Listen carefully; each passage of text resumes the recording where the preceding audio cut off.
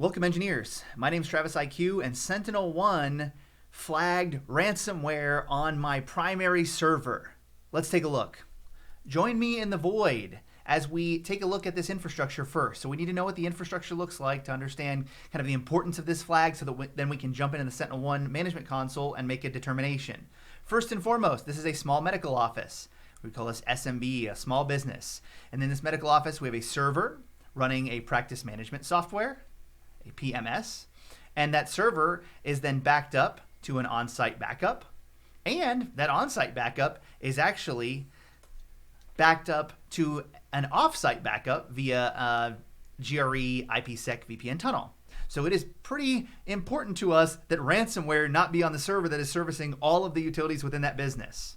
Before we hop into the results of the management console, let's talk about what actually occurred. What actually occurred though? How did we get this ransomware flag? Well, I will tell you, what I actually did is I installed a utility on this server. And now I can't guarantee that it isn't malicious until I look at the virus total and I do a couple of other things, but I installed Synology's active backup for business on this server. And it ran for a couple of days. And then what it was doing is it was editing bits set for differential backups.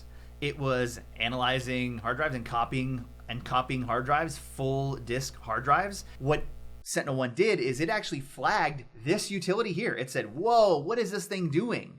And so the machine learning algorithm from SentinelOne flagged this. Now, when we think about what that's doing, I can mark that as benign, potentially, but what I need to do is I need to do some additional investigation. So what you'll see is that I marked it as benign, and then we went in and did some additional investigation, and I will also show you how we added that as a list of exceptions so that it no longer gets quarantined. But I will tell you, before you look in the SentinelOne management console, that we did flag it as benign as a result of the virus total and what we looked at with antivirus utilities, other antivirus utilities, and whether they flagged this stuff.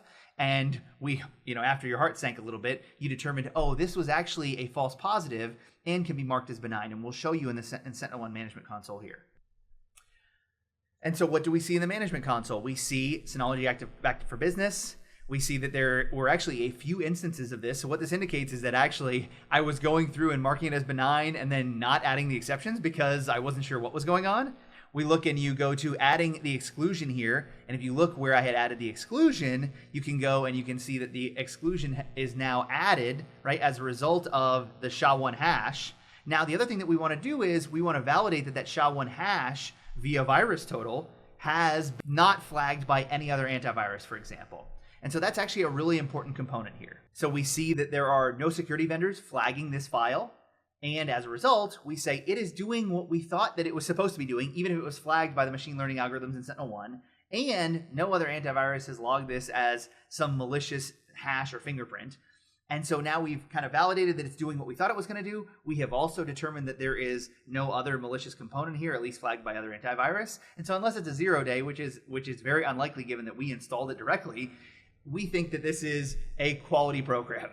I hope you found this remediation discussion of ransomware useful and informative. As is always the case, engineer, break stuff, have fun. We'll see you next time. Let's go.